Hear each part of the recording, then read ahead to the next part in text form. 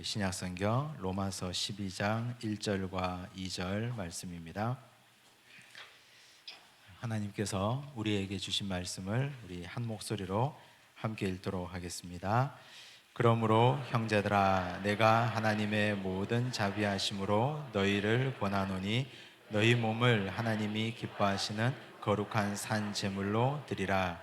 이는 너희가 드릴 영적 예배니라. 너희는 이 세대를 본받지 말고 오직 마음을 새롭게 함으로 변화를 받아 하나님의 선하시고 기뻐하시고 온전하신 뜻이 무엇인지 분별하도록 하라. 아멘. 네, 오늘은 우리 예배학교 16주 마지막 시간으로 함께 드립니다. 오늘 읽은 이 말씀은 우리가 신약시대 때 예배를 다룰 때 함께 나눴던 말씀입니다. 이 말씀을 함께 우리가 다시 살펴보고, 그리고 지난주에 남겨두었던 예배의 역사 뒷부분을 함께 보도록 하겠습니다. 바울이 이 로마서를 쓸 때 그 당시에 로마 교회의 상황이 중요합니다. 그 당시 로마 교회의 상황은 기독교가 공인되기 전이었기 때문에 사람들이 공공연히 예수 믿는 걸 드러내는 것이 불가능한 상황이었습니다. 예수님께서 십자가에 달려 돌아가신 죄목이 정치범으로 돌아가셨지 않습니까? 예수님의 십자가상의 명패를 보면 유대인의 왕, 나사렛 예수 이렇게 되어 있습니다.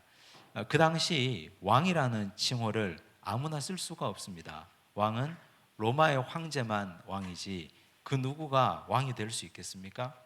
그런데 예수님은 자신을 가리켜 나는 왕이다 이렇게 말씀하고 선포하고 하나님 나라의 왕임을 전하셨기 때문에 이걸 유대인들이 가지고 빌라도의 법정에서 고발했고, 빌라도는 이걸 가지고 예수님을 신문했습니다. 네가 유대인의 왕이냐? 이렇게 물었죠. 그때 예수께서 네가 말한 그대로다 대답했습니다. 그래서 그 말 한마디로 예수님은 십자가형을 받아야 했습니다. 예수님의 십자가형은 정치형이었기 때문에 예수를 따르는 모든 사람들도 같은 죄인으로 취급받았습니다. 기독교가 공인되기 전에는 예수 믿는다 하면 다 반역자로 낙인 찍혔던 시대입니다. 그러니 많은 사람 앞에서 예수를 주라 시인하고 고백하고 나는 주님을 믿는다 이렇게 말하는 것이 결코 쉽지 않았습니다. 쉽지 않았던 정도가 아니라 그렇게 말하면 목숨을 내놓아야 했습니다. 근데 오늘 여기 이 말씀에 보면 바울이 이렇게 말하죠. 너희 몸을 하나님이 기뻐하시는 거룩한 산 제물로 드리라. 이는 너희가 드릴 영적 예배니라. 하나님께 예배를 드리는데 몸으로 하나님께 예배를 드려라 이렇게 말합니다. 지금 여기서 이 말은 예배드리는 이 공동체 예배의 자리에서 몸으로 찬양하고 내 몸을 하나님께 드리는 예배, 이것보다 여기서 바울이 말하는 의도는 삶의 현장에서 믿지 않는 사람들과의 관계에서 몸으로 나는 그리스도인임을 증거하고 전파하고 그런 예배자로 살라는 말씀입니다. 근데 이렇게 살려면 목숨을 내놓아야 됩니다. 또 로마서 말씀에서 보면 우리가 입으로 시인하여 구원에 이른다 그랬습니다. 입으로 시인하는 것. 입으로 시인하는 믿음은 그냥 우리가 지금 믿는 사람들끼리 나는 예수 믿습니다. 기독교가 종교의 자유가 선포된 나라에서 내가 예수 믿습니다 라고 말하는 것과는 차원이 다릅니다. 입으로 내가 예수 믿습니다라고 고백하는 순간 누가 가서 고발하면 나는 그때부터 죽어 목숨이 됩니다. 몸으로 하나님께 영적 예배를 드리는 건 굉장히 어렵습니다. 근데 바울은 이 어려운 이야기를 몸으로 예배 드리는 걸 영적 예배라고 선언하고 있습니다. 제가 이 말씀을 드리는 이유는 우리가 교실에서 16주 동안 예배 학교를 열심히 배우고 예배의 역사를 공부했습니다. 창세기부터 시작해서 구약의 예배의 흐름과 신약의 예배의 흐름과 초대교회, 오늘은 또 현대교회를 살펴볼 텐데 이런 예배의 흐름들을 다 공부하면 못하겠습니까? 우리 삶의 현장에서 우리가 믿지 않는 사람들과의 관계에서 내가 살아가는 삶의 현실 가운데서 내 몸으로 예배의 삶을 살아드리지 않으면, 영적 예배를 드리지 않으면 우리는 예배에 실패한 자가 됩니다. 배우는 이유는, 공부하는 이유는 하나님이 기뻐하시는 예배의 삶을 살라는 의도입니다. 2절 말씀에 보면 그러면 어떻게 영적 예배자로 살 것인가, 어떻게 예배를 드릴 것인가를 설명하고 있습니다. 2절에 보면 너희는 이 세대를 본받지 말고 오직 마음을 새롭게 함으로 변화를 받아 하나님의 선하시고 기뻐하시고 온전하신 뜻이 무엇인지 분별하도록 하라 이랬습니다. 이 세대를 본받지 말라 그랬습니다. 근데 이건 참 어려운 얘기입니다. 왜냐하면 우리는 이 땅에 두 발을 딛고 사는 존재들 아닙니까? 이 땅에 두 발을 딛고 사는데 이 세대를 본받지 말라 그랬습니다. 이 세대라고 하면 지금 바울이 살아갔던 이 세대와 2000년쯤 지난 오늘 이 세대가 본질적으로 다를까요? 같을까요? 본질적으로 같아요. 왜 같으냐? 하나님 아닌 다른 것이 왕이 되어 있는 세대이기 때문에. 지금 바울이 살아가던 이 시대는 로마의 황제가 왕 아닙니까? 하나님이 왕이 아니라. 그리고 오늘 우리 세대는 물질이 왕 아닙니까? 사람이 왕이고, 돈 되는 것이라면 사람들이 인정사정 볼 것 없이 그이가 죽는지 사는지 모르고 달려가고 있는 세대를 살고 있습니다. 그러니 이런 세대를 살아가는 우리가 두 발을 이 땅에 딛고 살면서 어떻게 이 세대를 본받지 않고 살 것인가, 이것이 오늘 우리 그리스도인들의 고민입니다. 여기서 갈등이 일어납니다. 근데 정말 하나님께 예배드리는 자는 이 세대를 본받지 말고 살아가야 된다는 말씀입니다.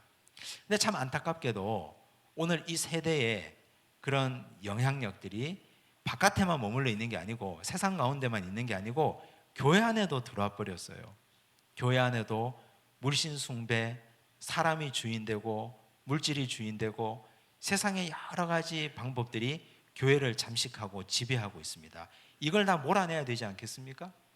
우리가 정말 예배를 잘 드리는 자라면 세상의 사고방식들이 교회에 들어와 있으면 이걸 분별하고 처리해서 정리해내야 됩니다. 다 정리하고 끊어내고 오직 하나님만이 왕이 되는 교회, 하나님이 주인 되는 세상, 하나님이 내 인생의 최고의 가치가 되는 인생을 살아가야 우리는 정말 영적 예배자로 삶을 살 수가 있습니다. 그렇게 하기 위해서 중요한 것이 오늘 여기 말씀해 보니까 분별이라는 말씀을 하고 있습니다. 분별. 무엇이 옳고 무엇이 그른지를 분별해야, 그래야 이 세대를 본받지 않고 그 길을 따라갈 것 아닙니까? 분별력이 중요한데 분별력은 어디에서 생길까요? 어떻게 해야 분별력이 생길까요? 요한복음 10장 말씀에 보면 양과 목자 비유가 나오지 않습니까? 그때 예수님이 말씀하셨습니다. 내 양은 내 음성을 알고 내 양은 나를 따라온다 그랬습니다. 목자가 먼저 앞장서 가고 양은 그 뒤를 따라갑니다.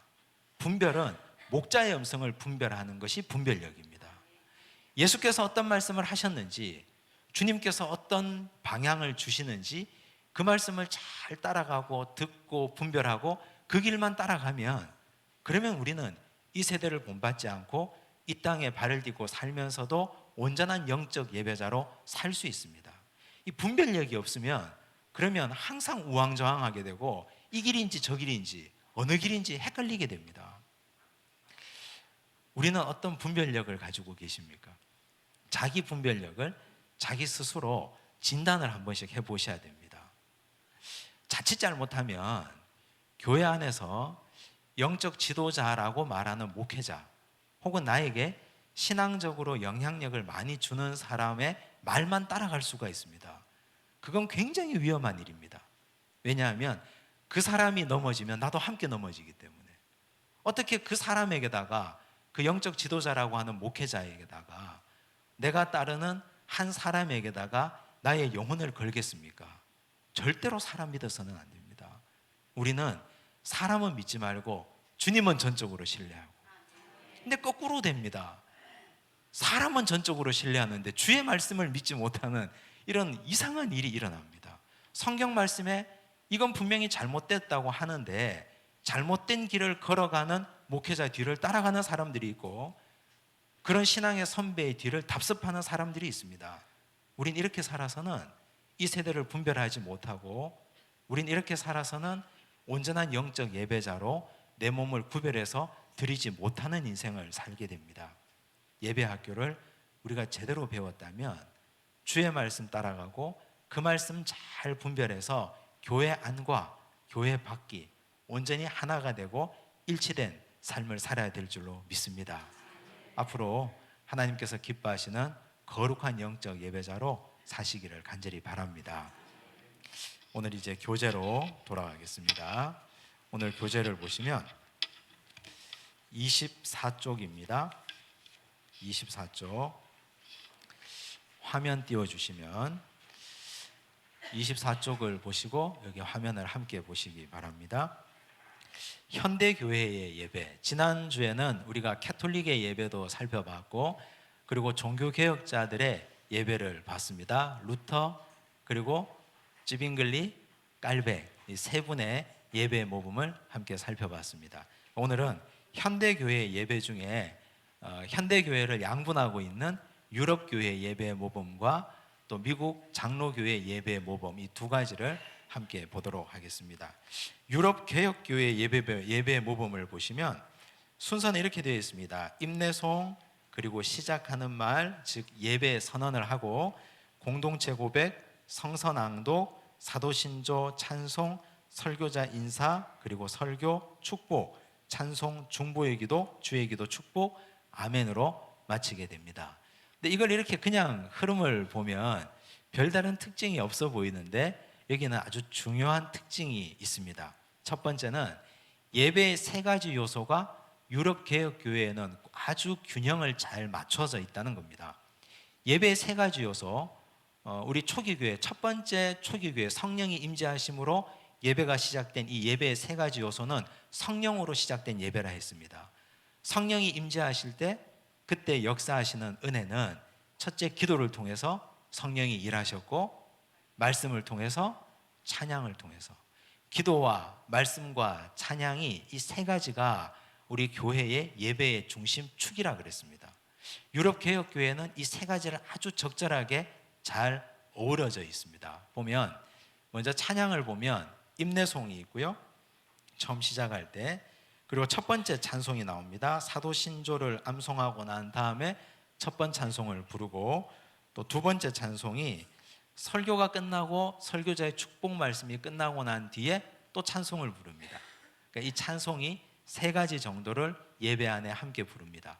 그리고 기도도 있습니다. 기도는 공동체 고백이 있습니다. 공동체 고백, 공동체가 함께 드리는 기도죠. 그리고 두 번째는 중보의 기도도 있습니다. 여기 이 중보의 기도는요, 나를 제외한 범위를 자꾸 넓혀가는 겁니다. 우리 이웃과 전 세계와 열방까지 다 공동체를 향해서 넓게 기도하는 겁니다. 그리고 또 기도는 주님께서 가르쳐 주신 기도를 드립니다. 그리고 말씀도 있습니다. 말씀은 성서의 낭독, 설교자의 설교. 그래서 기도와 찬양과 말씀 이 세 가지가 현대 유럽 개혁교회는 함께 적절하게 잘 조화를 이룬다. 그 중에 또 하나 특징적인 사실은 설교자의 권위가 예배 순서에 보면 살아 있습니다. 내용 중에 이런 게 있죠. 설교자가 시작말을 합니다. 예배의 선언. 설교자가 예배의 선언을 시작을 해야 예배가 시작됩니다. 예배 인도자가 곧 설교자거든요. 설교자가 예배 인도의 선언을 시작을 해야 예배가 시작되고 그리고 이 설교자가 설교 전에 인사를 합니다. 먼저 성도들에게 사랑의 인사를 건네고 설교를 하고 축도하기 전에 설교 마친 후에 또 축복의 선언을 해줍니다. 그러니까 설교자의 권위가 굉장히 살아있다. 이건 어디에 영향을 받았을까요? 권위가 살아있다는 건 과거 로마 가톨릭 교회의 사제의 영향을 받은 것이다. 이렇게 보고 있습니다. 이 중에 우리가 또 눈여겨 좀 봐야 될 것은요, 중보의 기도 순서인데 공예배 시간에 우리가 함께 다 모여서 드리는 주일 예배 시간에 우리가 드리는 1부, 2부, 3부 예배 시간에 우리 성도들이 함께 모여서 나라를 위해서 기도하고 우리 양산시를 위해서 기도하고 이 나라 민족을 위해서 기도하고 북한을 위해서 기도하고 세계 열방을 위해서 기도하고 지금 월드컵이 열리는 러시아에 테러가 없도록 기도하고 이런 기도를 길게 15분, 20분씩 기도한다면 좋아하시겠어요? 좋아하시겠습니까? 근데 그걸 매주 유럽 개혁교회는 지금도 하고 있다는 사실입니다. 그 영국의 어느 한 작은 시골 마을에서 한 1년 정도 예배를 드렸던 한 분의 이야기를 제가 들은 적이 있는데, 그분이 영국의 시골 마을에서 예배를 드리는데 그 시골 마을에는 할머니 할아버지들만 와요. 할머니 할아버지들만 모여가지고 기도 잘 안 들려가지고 뭐 그렇게 예배를 드리는데, 그 자리에서 기도하면서 항상 매주 북한을 위해서 기도하는 걸 빼놓지 않았다고 합니다. 그래서 이분이 궁금해서 이 기도를 왜 이렇게 매번 하십니까? 하니까 우리는 영국 시골 이 총구석에 있는 노인들이지만 우리가 기도하는 우리가 세상의 중심이라고 생각한다. 기도하는 우리가 이 자리에서 기도하면 하나님께서 언젠가는 반드시 이루실 것이다. 하나님의 시간표가 있고 하나님의 때가 따로 있는데, 우리는 이 자리에서 중보 기도하는 건 우리의 몫이고 이루는 건 하나님의 몫이다. 그래서 우리는 여기서 기도할 뿐이다. 이건 아주 좋은 유럽 개혁교회의 전통입니다. 이 전통은 오늘 우리 한국 교회는 흘러 들어와 있지 않은데, 지금 유럽 개혁교회는 어느 교회에서나 개혁교회 전통 가운데 있는 사람들은 이런 중보의 기도 순서를 가지고 있다는 사실을 기억했으면 좋겠습니다.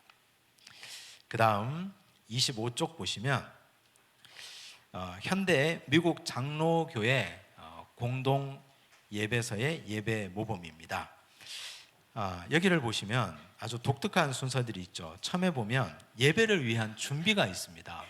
예배를 위한 준비를 예배의 순서 안에 포함시켜 놨어요. 예배를 위한 준비가 예배 전 기도, 십계명, 인도자를 위한 기도 해서 예배 전 순서가 이렇게 들어가 있어요. 우리가 오늘 우리 교회를 보면 예배 전에 준비하기 위한 이런 기도들이 남아 있는 것들이 있죠. 제가 찬양대를 위해서 기도하잖아요. 찬양대 올라오기 전에 가서 10분 전에 오늘 예배 기도자와 함께 가서 기도하잖아요. 이게 예배의 전 순서에 포함되어 있다는 사실입니다. 사실 우리 한국 교회는 미국 장로교회 예배 모범을 많이 가져왔거든요. 그래서 예배 전 기도, 예배 준비실에 모여서 기도하는 것, 예배 준비실에 모여서 함께 예배 인도자들과 예배 맡은 순서자들이 모여서 기도하는 것, 이것이 한국 교회 곳곳마다 전통과 뿌리가 되어 있습니다. 이게 아주 독특한 점이고, 그리고 이 순서를 보면 성경 봉독을 3번에 걸쳐 나누어 합니다. 첫 번째 성경 봉독, 두 번째 성경 봉독, 복음서 낭독, 이렇게 나눠서 합니다. 뭐가 생각나십니까? 로마 가톨릭 교회가 구약의 말씀을 한번 봉독했고, 두 번째는 서신서의 말씀을 봉독했고, 세 번째는 복음서의 예수의 행적 말씀을 봉독했습니다. 로마 가톨릭 교회가 이 3가지 말씀을 함께 봉독했거든요. 설교는 그 중에 본문을 찾을 수도 있고 찾지 않을 수도 있고, 근데 미국 장로교회가 예배 때 예배 모범으로 3 말씀을 동시에 낭독했습니다. 이건 아주 독특한 점인데 이들이 왜 이렇게 했는지는 알 수 없으나 로마 가톨릭 교회에서 말씀의 예전을 가져온 것으로 이해할 수 있습니다. 장로교 전통은 말씀 전통이기 때문에 말씀을 강조하려는 의도에서 구약과 신약과 그리고 복음서의 말씀을 함께 예배 시간에 낭독하고 있습니다. 우리는 보통 이렇게 하진 않죠. 그런데 어떤 교회들은 목사님에 따라서 성경 본문을 구약의 말씀입니다, 신약의 말씀입니다 하고 2 말씀을 번갈아 낭독하는 교회들도 간혹 있습니다. 아마 경험하신 분들이 계실 겁니다. 그건 우리 한국 교회가 미국 북장로교회 장로교회 모범을 가지고 왔기 때문에 그렇다는 사실을 이해하시면 되겠습니다. 이제 우리 25쪽 보시면, 25쪽 아래쪽에 보시면 교회력에 따른 예배가 있습니다. 교회력을 우리가 이해를 하시면, 교회력은 교회의 달력 아닙니까? 제가 적어놨죠? 처치 캘린더입니다. 처치 캘린더. 흔히 신앙생활 하시는 분은 달력을 3개 가지고 있는데, 하나는 우리 양력 달력, 또 음력 달력, 또 처치 캘린더, 교회력, 이렇게 3개를 가지고 있습니다. 근데 제일 먼저 신년이 시작되는 달력이 교회력입니다. 교회 달력은 대림절 첫 주부터 그 해가 새해입니다. 보통 11월 마지막 주, 12월 첫 주가 대림절 첫 주이기 때문에 그때부터 새해가 시작된다고 보고 있습니다. 교회력에 따르면 교회력을 지금 미국 교회나 유럽 교회나 다 교회력을 채택해서 하도록 권장하고 있습니다. 우리 장로교회 전통도 교회력에 따른 설교, 교회력에 따른 성경 봉독 이걸 하도록 권장하고 있습니다. 그런데 지금 우리 교회는 교회력을 큰 흐름에서는 따라가고 있는데 작은 흐름까지 다 따라가고 있지는 않습니다. 큰 흐름에 따라가고 있다는 것은 교회력에서 제일 중요한 흐름은 예수 그리스도거든요. 교회의 중심은 누굽니까? 예수님입니다. 그래서 교회력을 따질 때도 교회력의 핵심은 예수님이다. 이 사실을 절대 잊으면 안 됩니다. 예수님이 부활하신 날이 주일날 아닙니까? 그래서 교회력에서도 가장 중요한 날은 주의 날이다. 이걸 기억하시고, 그래서 예수님을 중심으로 그 생애를 따라가다 보면 예수님이 태어나신 성탄 이전에 대림의 사주, 그리고 또 예수님이 돌아가신, 고난받으시고 돌아가시고 부활하신 부활주일, 그리고 예수께서 부활하시고 50일이 지나서 오순절 때 성령이 임재하신 성령 강림절, 이게 교회력 가운데 세 가지 가장 중요한 절기입니다. 그래서 우리 교회는 대림절, 그리고 사순절을 비롯한 부활주일, 그리고 성령 강림주일은 교회력에 따른 설교를 제가 하고 있습니다. 아마 눈치채고 계신지는 잘 모르겠는데, 왜냐하면 제가 설교를 어떤 본문을 잡아서 설교를 쭉 하다가, 이를테면 올해 여호수아서 본문을 가지고 쭉 설교를 하다가 성령 강림 주일이 딱 되면 성령에 대한 설교를 하고, 그리고 뭐 에스더 설교를 쭉 하다가, 그리고 우리 사순절이 되면 예수님 고난에 대한 설교를 하다가 예수님 고난과 죽으심과 부활에 대한 말씀을 전합니다. 그래서 우리 대림절, 부활주일, 성령 강림절 이 세 가지가 교회력의 핵심이다. 이걸 기억하시면 좋겠습니다. 그 중에 먼저 부활주일부터 보겠습니다. 부활주일을 언제로 정하느냐? 사실 부활주일은 예수님께서 고난받으시고 십자가에 달려 돌아가시고 부활하신 날이 물리적으로는 있겠죠. 있는데 그걸 사람들마다 이날이다, 이날이다, 이날이다 해서 조금씩 편차가 있었기 때문에 현대의 달력으로 이걸 아예 명시적으로 정한 날이 있습니다. 이게 325년 니케아 공의회 때 정했습니다. 자, 여기 적어뒀죠? 언제로 정했냐면, 앞으로 부활주일은 춘분이 지난 직후에 만월이 언제입니까? 보름이죠. 춘분이 지난 이후에 첫 번째 보름이 지난 첫 번째 주일, 그때를 부활주일로 하자. 헷갈리십니까? 올해 춘분이 언제였냐면 3월 21일이에요. 올해 춘분이. 그리고 춘분이 지나고 첫 번째 보름이 3월 31일이에요. 그날이 토요일이에요. 그러면 부활주일이 언제겠습니까? 4월 1일. 그 부활주일은 매년 바뀝니다. 매년 바뀌는데 춘분을 항상 체크하셔야 됩니다. 춘분을 체크하고 춘분이 지난 이후에 첫 번째 보름이 지난 첫 번째 주일, 이날이 부활주일입니다. 자, 그걸 니케아 공의회에서 AD 325년에 지정을 했습니다. 자, 부활주일이 정해졌어요. 부활주일이 정해지면 그때부터 시작해서 거꾸로 역산을 해서 40일을 셉니다. 거꾸로부터 올라와요. 40일을 세는데 그 40일 중에 주일을 뺍니다. 주일을 빼고 40일을 세면 그 첫째 날이 수요일이 됩니다. 그럼 이 첫째 날 수요일부터 시작해서 사순절이 시작되죠.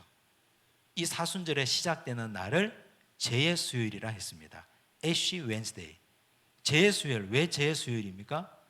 회개를 하고 죄를 뒤집어 쓰고 하나님 앞에 회개하고 앉아 있으니까. 우리가 지금까지 그리스도를 십자가에 못 박은 죄를 회개하고 사순절 기간 동안 경건하게 살겠습니다. 그래서 매년마다 부활주일은 바뀌고, 매년마다 사순절도 바뀌고, 매년마다 이 사순절의 재수일도 계속 바뀝니다. 자, 그걸 기억하시고, 그리고 성령 강림절입니다. 그 다음 성령 강림절. 자, 성령 강림절은 우리가 구약에는 이 절기가 77절입니다. 77절. 왜 77절입니까? 유월절 이후에 7일씩 7주가 지난 이후를 77절이라고 했거든요. 그런데 이게 신약에 와서는 오순절이 됐습니다. 왜 오순입니까? 오순은 수는 열흘을 얘기하고 오순은 50일을 얘기하잖아요. 그래서 6월절이 지난 이후에 50일째 되는 날을 오순절이라고 합니다. 이때 성령께서 임재하셨거든요. 이때 성령이 마가의 다락방에 내려오셨거든요. 사도행전 2장의 사건. 그러면 성령 강림절은 구약의 절기로 얘기하면 77절이에요. 구약의 전통상. 그리고 신약에서는 오순절이라고 하고 오늘 우리는 이걸 성령 강림절이라고 한다. 세 개가 다 똑같은 거예요. 성령 강림절, 오순절, 77절 다 똑같은 겁니다. 자, 예수님께서 언제 십자가에 달려 돌아가셨습니까? 어떤 절기에? 6월절에.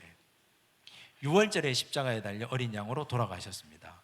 6월절에 돌아가시고 예수님이 며칠 만에 부활하셨습니까? 3일 만에 부활하셨어요. 이제 숫자 계산을 하셔야 됩니다.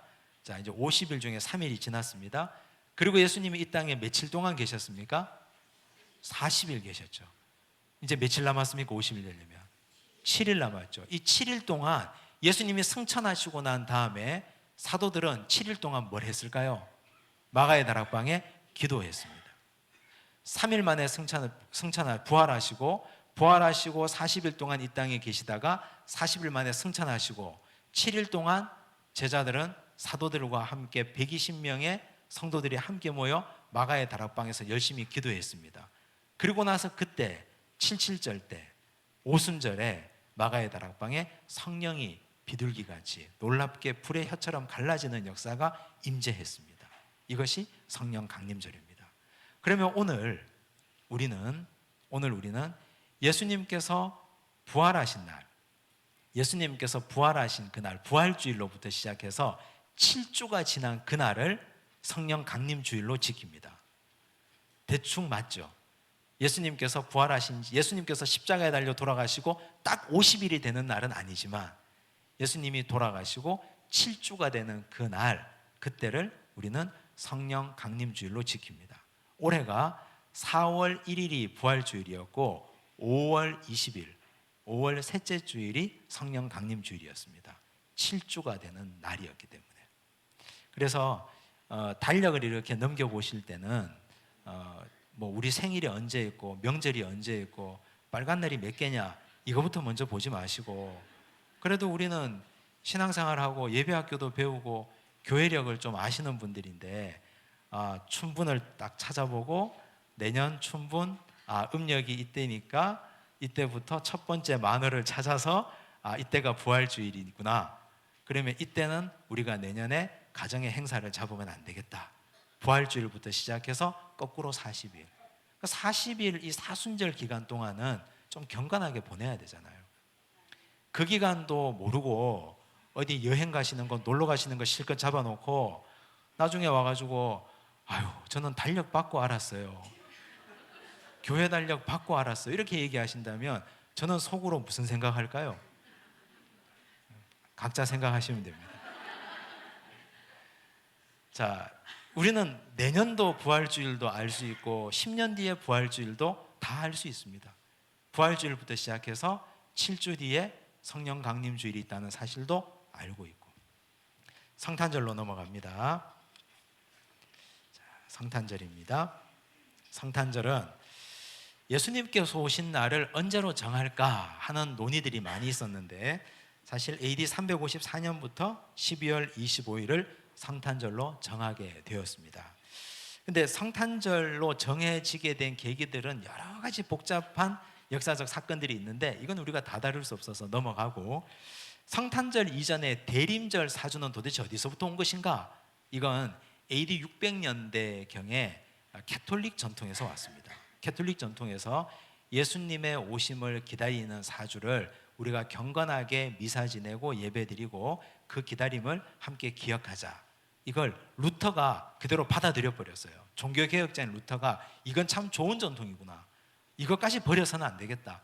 예수님께서 오시는 그날을 기억하고 기다리며 4주 동안 함께 예배드리자 해서 루터가 그걸 받아들였어요. 그래서 그때부터 루터는 교회력의 시작을 대림절로부터 시작하게 되었습니다. 그래서 오늘 우리도 교회력의 시작은 대림절로부터 시작한다.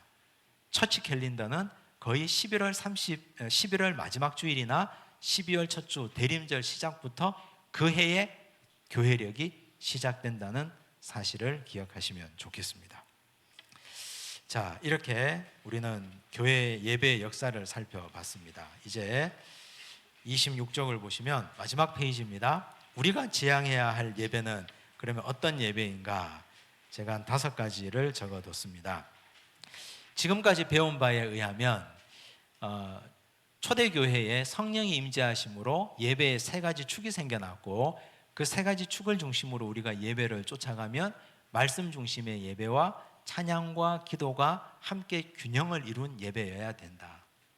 말씀만 계속해서 강조되는 예배도 사실은 치우친 예배이고, 찬양만 계속 강조되는 예배도 치우친 예배고, 말씀과 기도와 찬양이 함께 가야 된다 말씀드렸습니다.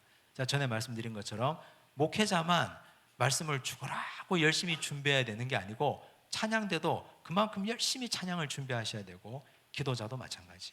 이 3가지 축이 함께 예배를 세워가는 것이다. 2번째는 성만찬의 정신이 회복되어야 한다. 초대교회는 매번 모일 때마다 성만찬을 했지 않습니까? 매번 모일 때마다. 성만찬의 정신이 뭐예요? 예수님이 자기 몸을 나누어 주신 것 아닙니까? 예수님이 자기 피를 나누어 주신 것 아닙니까? 너희가 모일 때마다 이것을 행하여 나를 기념하라 했습니다.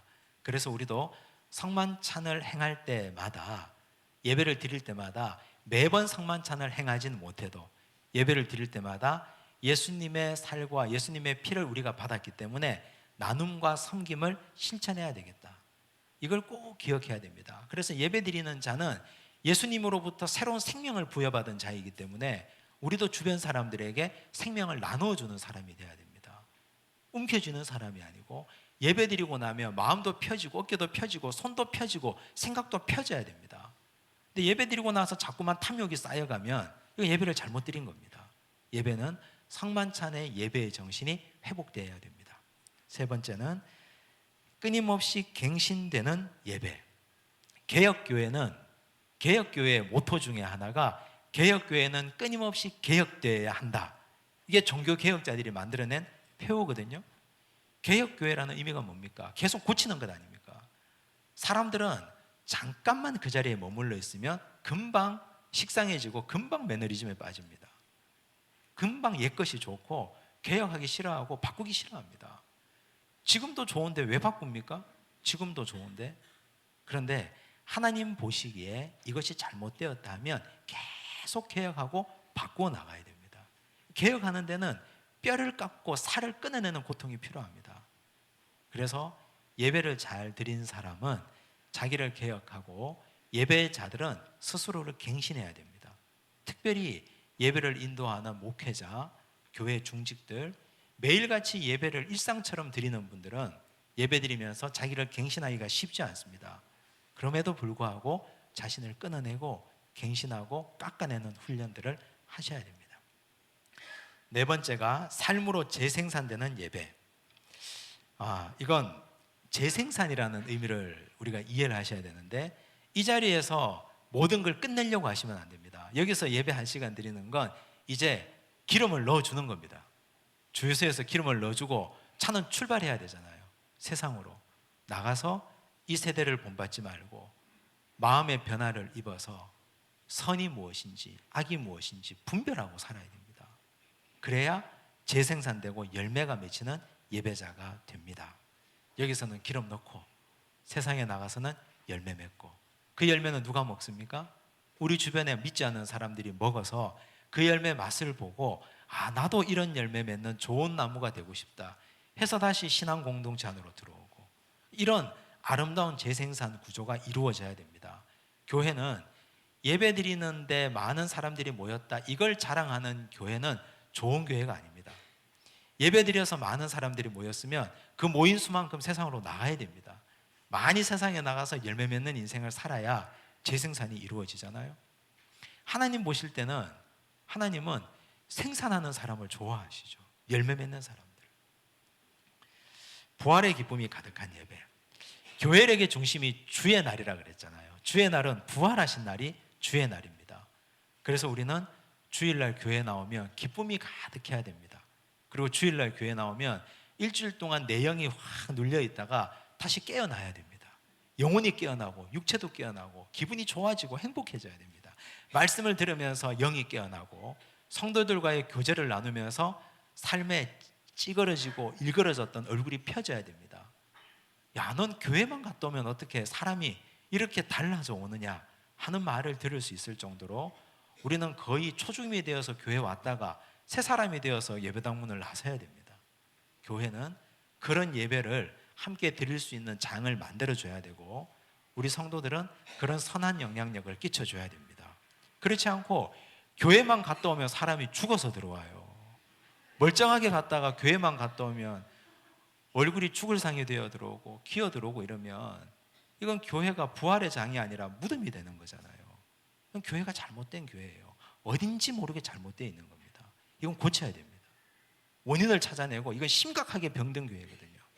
성도들이 교회 와서 부활의 기쁨을 누리고 돌아갈 때 행복하고 그 넘치는 에너지를 가지고 세상에서 부활의 에너지로 살아갈 수 있도록 하는 교회, 그런 교회가 좋은 교회입니다. 그런 예배가 살아있는 예배입니다. 그럼 이제 우리 교회가 드리는 예배를 한번 봅시다. 우리 교회가 드리는 예배 다 아는 거잖아요, 그죠? 이런 예배를 드리는데 보시면 자, 이런 예배 가운데 이런 철학이 있고 내용이 있다는 겁니다. 주일 1부 예배부터 4부 예배까지 주일 예배는 말씀과 기도와 찬양이 함께 어우러진 예배다. 우리가 아까 봤던 유럽 개혁 교회의 전통에 보면 찬양과 기도와 말씀이 함께 적절하게 어우러져 있었습니다. 그래서 우리 교회 주일 낮 예배는 말씀과 기도와 찬양이 함께 녹아있는 예배입니다. 요즘 우리가 사부 예배를 시작했는데 사부 예배 드리고 설교 후에 함께 합심해서 기도 제목 2개 가지고 기도하는 시간이 있습니다. 요즘은 제가 그 기도 제목 2개를 말씀 가운데서 2개를 드립니다. 근데 앞으로는 아까 말씀드린 것처럼 중보의 기도를 차츰차츰 늘려가며 드리려고 합니다. 왜냐하면 우리는 지금 대한민국 경상남도 양산시 이곳에서 예배드리지만 우리가 여기서 중보의 기도로 함께 모아서 기도하는 이 기도는 하나님의 제단에 올려갈 것이고 하나님께 거룩하게 드리는 향연이 되어서 하나님이 받으실 것이고 하나님은 그 기도를 들으시고 하나님의 때에 전 세계 곳곳에 열방에 이루실 것이기 때문에 저 영국 시골 마을에 할아버지 할머니들도 기도하는데 우리가 기도 안 해서 되겠습니까? 우리가 공예배 자리에서 당연히 기도해야죠. 그래서 그런 기도를 함께 하려고 합니다. 이제 그렇게 이런 철학과 이런 방향과 이런 역사적 배경을 가지고 이렇게 하는구나, 이걸 이해를 하시면 좋겠습니다. 우리 교회 주일 저녁 찬양 예배는 말 그대로 찬양 예배입니다. 그래서 옛날에는 우리가 찬양을 준비 찬양이라는 말을 썼잖아요. 준비 찬양. 준비 찬양은 너무너무 잘못된 표현입니다. 찬양은 그냥 찬양이죠. 찬양이 예배입니다. 찬양하는 순간, 우리가 찬양으로 하나님께 입을 여는 순간 예배예요, 예배. 근데 도대체 뭘 위해서 준비하겠다는 건지. 찬양을 준비 찬양으로 하겠다고 하니까 왔다 갔다 돌아다니고 떠들고 옆 사람하고 장난치고, 그리고 사람들이 거기에 집중을 하지 않아요. 찬양의 가사를 몰라도 가사를 보고 은혜를 받고, 모르면 배우려고 하고 애를 쓰고 따라하고 서툰 몸짓이지만 하려고 해야 되는데, 근데 이게 뭐 준비 찬양이라고 하니까 예배를 준비하는 리허설 정도? 하나의 그냥 조용히 있으면 맹숭맹숭하니까 그냥 하는 정도? 이렇게 생각하니까 이건 찬양도 아니고 아무것도 아니에요. 이래서 하나님 영광 받으시지 않습니다. 찬양이 시작되는 그 순간부터 예배가 시작되는 겁니다. 그때부터 예배예요. 그래서 우리는 주일 저녁에 찬양을 길게 합니다. 주일 저녁에 찬양을 시작해서 어떨 때는 예배 모든 순서가 없을 때는 7시 50분까지 찬양을 하기도 하고, 순서가 있으면 조금 줄이기도 하는데 어떤 분들은 왜 이렇게 찬양을 길게 하냐, 빨리 설교하지. 주일 저녁은 찬양 예배입니다. 찬양을 마음껏 드리고 마음껏 기뻐하고 하나님을 영화롭게 하는 시간이라 생각하시면 좋겠습니다. 수요일은 사경회입니다. 말씀 중심. 수요일 날은 이렇게 제가 1시간씩 하잖아요. 수요일은 말씀 중심. 주일 낮 예배는 말씀, 찬양, 기도가 함께 있고 주일 저녁 예배는 찬양이 중심이 되고 또 수요일은 말씀이 중심이 되고 금요일은 어떻습니까? 기도가 중심이 되죠. 금요일 날 기도가 중심이 되는데 금요일의 기도는 부르짖는 기도입니다. 부르짖는 기도. 그래서 음악도 세게 연주해 드리고 또 뭐 여러 가지를 바탕을 해 드리잖아요. 그래서 내가 부르짖고 싶다. 나는 크게 기도하고 방언으로 기도하고 부르짖는 기도를 드리고 싶다. 금요일 날 오셔서 마음껏 부르짖으시면 됩니다. 마음껏 부르짖는 기도로 하나님 올려드리시면 됩니다. 그리고 기도하는 시간은 새벽 기도입니다. 새벽 기도의 시간은 하나님과 은밀한 관계로 조용히 대화하는 기도를 드리는 시간입니다. 근데 이 시간에 기도할 때는 우리 교회에서 하는 새벽 기도에서는 저는 말씀을 붙들고 기도했으면 좋겠습니다.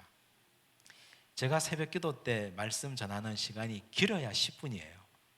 10분 이상을 거의 넘긴 적이 없을 정도로 뭐 성경까지 다 읽고 본문까지 성경이 말씀이 길고 하면 이렇게 읽고 해도 한 13분에서 14분 정도 그 정도인데 거의 말씀 전하는 시간은 한 10분 내외입니다. 그러면 오늘 하나님이 나에게 주시는 말씀을 듣고 이 말씀을 가지고 하나님과 대화하시는 겁니다. 하나님 오늘 나에게 이 말씀 주셨는데 그럼 저는 오늘 이 말씀 가지고 어떻게 살까요? 하나님께 여쭈어보고 조용히 대화하고 들어보고 그렇게 하시면 됩니다. 그런데 나는 새벽에도 외치고 싶다. 새벽에도 나는 부르짖고 싶다. 그럼 우리 1층 초등부실에 가서 부르짖으시면 됩니다. 그런 방이 따로 있으니까. 그래서 그렇게 우리 교회에 준비되어 있는 것들이 많이 있습니다. 소그룹 예배입니다. 말씀과 교제가 있는 공동체 예배, 구역 예배, 앞으로 우리가 소그룹 반을 인도할 소그룹 예배는 이렇게 진행하려고 합니다. 그리고 가정 예배.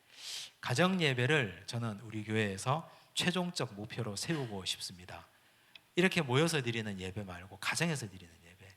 가정에 우리 어른들이 가정의 제사장이 되셔서 예배를 인도하시고 또 교회에서 제공하는 말씀을 가지고 말씀을 나누시고 혼자 드릴 수 있는 가정 예배, 모범을 따로 드리고 두 분이 드릴 수 있는 가정 예배 혹은 어린아이들과 함께 드릴 수 있는 가정 예배 이런 것들을 교회가 제공하는 것이 저의 목표고 꿈입니다. 그래서 가정에서 가정재단을 계속해서 세워가시는 가정으로 기도하고 그런 목표를 가지고 애쓰고 함께 나아갔으면 좋겠습니다. 우리가 16주 동안 함께 이 말씀을 나누고 예배학교를 배웠는데 이 배움으로 절대 끝내지 마시고 우리 삶의 현장에서 예배를 잘 실천하며 사시기를 바랍니다. 이 두 가지 광고를 드릴 텐데 나가시면서 들어오시면서 내셨는지 모르겠는데 나가시면서 출석부를 꼭 내고 가시기 바랍니다. 그리고 나가시면서 오늘 종강이니까 떡이 준비되어 있습니다. 그래도 종강이니까 종강 파티는 모여서 못하고 교회에서 떡을 준비했으니까 떡을 꼭 받아가시기 바랍니다. 다음 주 수요일 저녁에는 임현수 목사님 모시고 간증 집회를 가지겠습니다. 임현수 목사님은 북한에 2년 6개월 정도 약 31개월 이상 북한에 억류되어 계셨습니다. 이분이 이제 한국에 나오셔서 우리 교회에 오셔서 귀한 말씀 전해주시는데 많이 오셔서 은혜 받으시기를 바랍니다. 그리고 다음 학기 9월 첫 주부터는 기초 교리를 가지고 교리 학교를 공부하도록 하겠습니다. 기도하겠습니다. 하나님 아버지 감사합니다. 지난 16주 기간 동안 하나님께서 함께 하셔서 예배 학교를 배울 수 있도록 축복해 주시니 감사합니다. 예배는 배워서 되는 것이 아님을 잘 알고 있습니다. 하지만 우리가 연약하고 미약하여 하나님께서 예배하는 방법 우리에게 가르쳐 주신 대로 배웠습니다. 구약의 예배를 배웠고 성막을 통한 하나님의 말씀과 마음을 배웠습니다. 성전을 통한 하나님의 마음을 깨달았습니다. 하나님께서 성전을 갈아엎으실 때 그 피눈물 나는 하나님의 애절한 마음도 보았습니다. 신약시대 예배도 보았습니다. 현대교회 예배도 배웠습니다. 오늘 우리가 지향해야 할 예배도 함께 배웠습니다. 그러나 배움으로 그치지 않게 하여 주옵소서. 오늘 우리가 드릴 영적 예배는 우리 몸으로 드리는 예배라 하셨사오니 우리 삶의 현장에서 이 세대를 본받지 말고 오직 마음을 새롭게 함으로 변화를 받아서 하나님께서 원하시는 바를 온전히 분별하는 거룩한 분별력으로 이 땅을 살아가도록 축복하여 주시옵소서. 그리하여 우리 모든 성도들이 하나님의 말씀을 따라가게 하여 주시고 오직 예수께서 말씀하시는 우리는 양이오니 목자의 염성을 따라가는 훌륭한 주의 백성으로 살게 하여 주시옵소서. 모든 말씀 예수님 이름으로 기도드리옵나이다. 아멘.